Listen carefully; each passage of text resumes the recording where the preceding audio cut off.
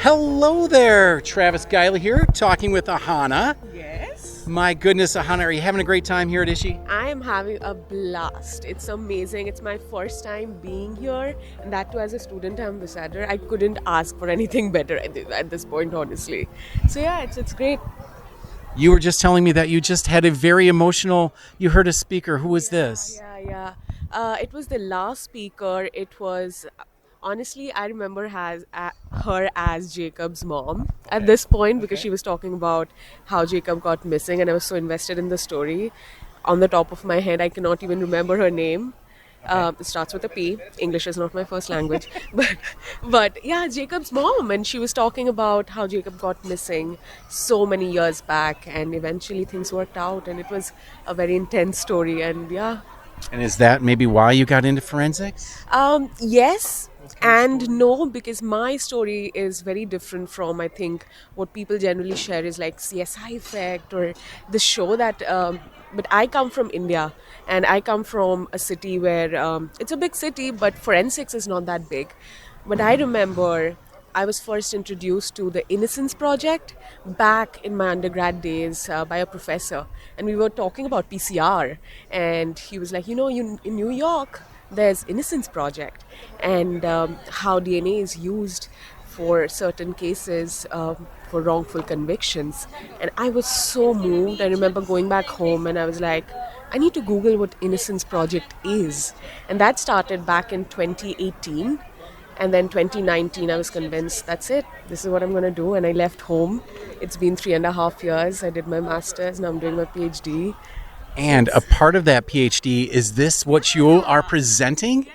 Yes. Can you tell me about it? Absolutely. This was my first project as a PhD student. It's, as you can read, it's evaluating direct lysis and swabbing techniques. So we all know about touch DNA, right? And we know that fingerprints are used to analyze DNA. It's been there for quite some time. But I think something that's not a lot of people do is analyzing collecting methods, because as we know, if we want a good genetic profile, the first step is collecting the DNA. And if we go wrong there, then even if we do the best techniques, we'll not really get DNA. So we were trying to compare certain collecting techniques on adhesives. And I remember the case that was given to me, like an example case when they were trying to, tell me about the project, was like if there's a kidnapping case and duct tape is used, let's say, and if you're trying to analyze DNA from fingerprints on that duct tape, how will you do? What's the best way? So we compared swabbing techniques, which involved cotton swabs and nylon swabs, and we compared that with direct lysis. So as you can see here, we have duct tape and electrical tape. These were the two tapes that we compared, and we compared nylon swabs, cotton swabs, and 3 different moistening agents to moisten them. And those moistening agents, is that something that's common in the kits that people will get? It's not really kits, but like overall, if you compare all the research that goes on related to this, people generally use one of these, like water to moisten the cotton swabs, or lysis buffer, or xylene. And we also compared, other than the duct tapes, some fingerprint lifters like hinge lifter, gel lifter, and microsil casting putty. I have a very small, I love microsil casting putty, and I think people should use this more. It's not very common, but it has great potential.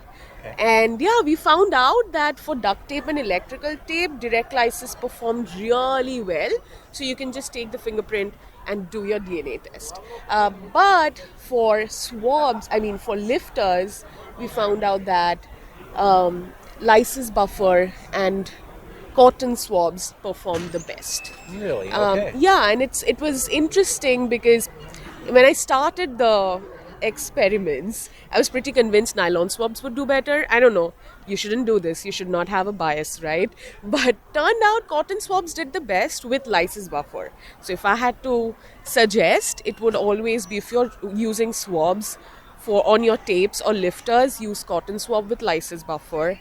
But if it's direct lysis and you want to use direct lysis, you have the provision to use direct lysis. For tape samples, do that. But overall, I think it will change depending on the sample type. So, This is fantastic. Do you see this being published somewhere and going somewhere in the future? Absolutely. I think we just did the STR typing on this, Okay. and this is the results related to STR. But our next step is doing intelligence on some of the sample types, and then eventually comparing traditional and advanced DNA technology and seeing, a combination of both may help some cases. So hopefully, yeah, there will probably be a publication, not right now, but in the future once we have the intelligence results. All right. Well, thank you so much for you. talking with me and going through your poster. I really appreciate it. Thank you so much. Welcome to issue 35, and maybe we'll see you at issue 36. 100%, I'll be there. All right. Thank you so much. You.